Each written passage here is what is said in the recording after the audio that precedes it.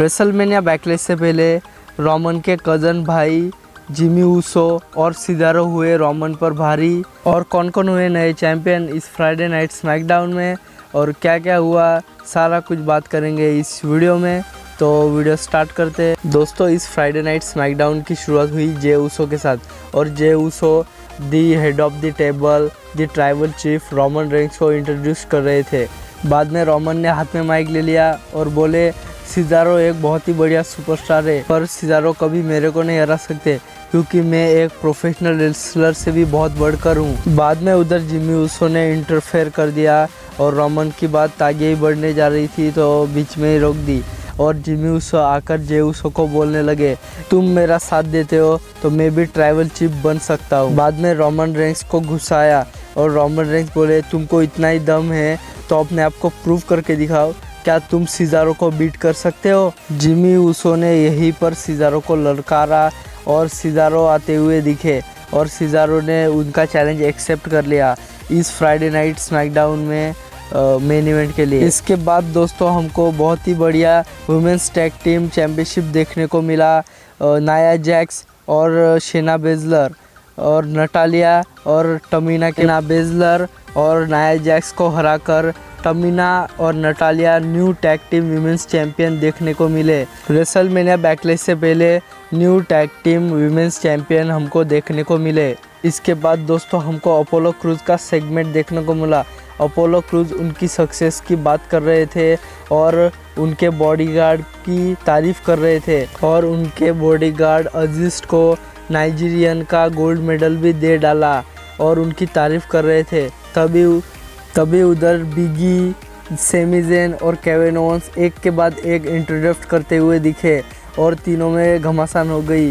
Kevin Owens ने semi Zen पर stunner जड़ दिया और बिगी ने केविन ओवेंस को बिग एंडिंग जड़ दिया। इसके बाद दोस्तों एकदम क्लियर हो गया कि इनका फेटल 4-वे मैच होगा इंटर कॉन्टिनेंटल चैम्पियनशिप के लिए और अपोलो क्रूज सोनिया डेविल के पास ऑफिशियल के पास जाते हैं और फेटल 4-वे मैच की डिमांड करते हैं और अगले स्मैकडाउन में फेटल 4-वे intercontinental championship match fix हो गया है।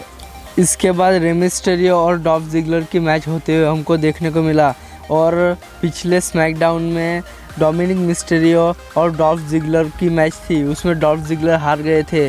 तो रेसलमेनिया बैकलेश से पहले डॉल्फ ज़िगलर 2 बार हार गए हैं। तो ऐसा लग रहा है कि डॉल्फ ज़िगलर और बॉबी रूड दोनों रेसलमेनिया बैकलेश में अपने टैग टीम चैम्पियनशिप गंवा देंगे। उसके बाद बियंका ब्लेयर और बेली की नोकझोंक देखने को मिली और दोनों की वुमेन्स चैम्पियनशिप रेसलमेनिया बैकलेश में होने वाली है। इसके बाद दोस्तों किंग कॉर्बिन और शिंसके नाकामुरा की मैच देखने को मिली और किंग कॉर्बिन ने शिंसके नाकामुरा को हरा दिया और बाद में शिंसके नाकामुरा किंग कॉर्बिन की पिटाई करते हुए दिखे और किंग शासा लगा दिया किंग कॉर्बिन के ऊपर और बाद में किंग कॉर्बिन का क्राउन उठा के शिंसके नाकामुरा ने अपने सर पे रख दिया। इसके बाद दोस्तों हमको एलिस्टर ब्लैक का प्रोमो देखने को मिलता है जो एक्सप्लेन करते हुए दिखे डार्क फादर का लेसन और एलिस्टर ब्लैक बोल रहे थे कि डार्क फादर का ये लेसन है वो एक्सप्लेन नहीं किया जा सकता और एलिस्टर ब्लैक बहुत ही अच्छी लुक में दिख रहे थे। तो स्मैकडाउन के अगर WWE उनको अच्छे से स्टोरी लाइन में बुक करती है तो वो अच्छे से चल सकते हैं स्मैकडाउन में एलिस्टर ब्लैक। इसके बाद हमको देखने को मिला मेन इवेंट जो हुआ जिमी ऊसो और सिज़ारो के बीच। जिमी ऊसो का ये पहला मैच था उनके रिटर्न के बाद। जिमी ऊसो बता रहे थे कि मैं भी जे ऊसो की तरह सिंगल सुपरस्टार बन सकता हूँ।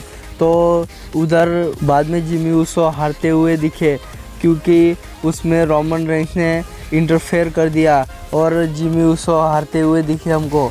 बाद में सिज़ारो रोमन रेंस को न्यूट्रलाइज़र लगाने की कोशिश कर रहे थे तो बीच में जे ऊसो आ गए और रोमन रेंस हट गए और सिज़ारो ने जे ऊसो को न्यूट्रलाइज़र लगा दिया और रोमन रेंस सामने खड़े हुए देख रहे थे।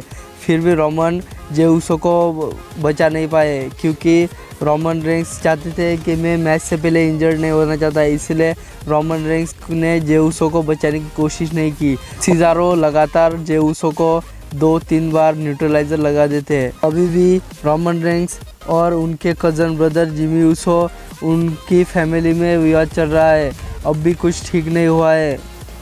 और सिज़ारो लगातार 2 हफ्ते से रोमन रेंस और उनकी फैमिली को मारते हुए दिखे, क्योंकि WWE ऐसा नहीं चाहते कि मैच वन साइड हो जाए। सिज़ारो को भी थोड़ा पावरफुल दिखाने के लिए, क्योंकि दर्शकों को मैच देखने के लिए मज़ा है, इसीलिए ऐसा स्टोरी लाइन में दिखाया जा रहा है। WWE जानती है कि सिज़ारो अभी यूनिवर्सल चैम्पियन बनने के लायक नहीं है, तो अभी रोमन रेंस से ये टाइटल छीना नहीं जा सकता, इसीलिए रोमन रेंस एक बहुत ही तगड़े सुपरस्टार है, तो सिज़ारो उनके सामने कम्पीट नहीं कर सकते, इसलिए रोमन रेंस को थोड़ा वीक दिखाया जा रहा है। WWE सिज़ारो को बड़ा करके दिखा रही है, क्योंकि ये मैच वन साइड ना हो जाए। रोमन एक बहुत ही तगड़े सुपरस्टार है, तो सिज़ारो कहीं मैच में कम ना पड़ जाए, इसीलिए सिज़ारो को बड़ा करके दिखा रहे हैं, क्योंकि वो रोमन रेंस को नहीं हरा सकते। और सिज़ारो का बचपन से ही सपना था कि वो WWE चैम्पियन बने, तो उनको पहली बार इतनी बड़ी यूनिवर्सल चैम्पियनशिप की अपॉर्चुनिटी मिली है। तो अगर आपको क्या लगता है, क्या सिज़ारो यूनिवर्सल चैम्पियनशिप जीतेंगे रेसलमेनिया बैकलैश में? मुझे कमेंट करके ज़रूर बताएं। ऐसे ही नए नए वीडियो यहाँ पर आते रहते हैं, तो अगर आपने मेरे चैनल को सब्सक्राइब नहीं किया है तो जाके सब्सक्राइब करें, बेल आइकन दबाएं। और अगर आप मेरे को इंस्टाग्राम पे फॉलो करना चाहते हो तो डिस्क्रिप्शन में लिंक है, जाके फॉलो करो, सपोर्ट दिखाओ। Thanks for watching, till then, bye bye.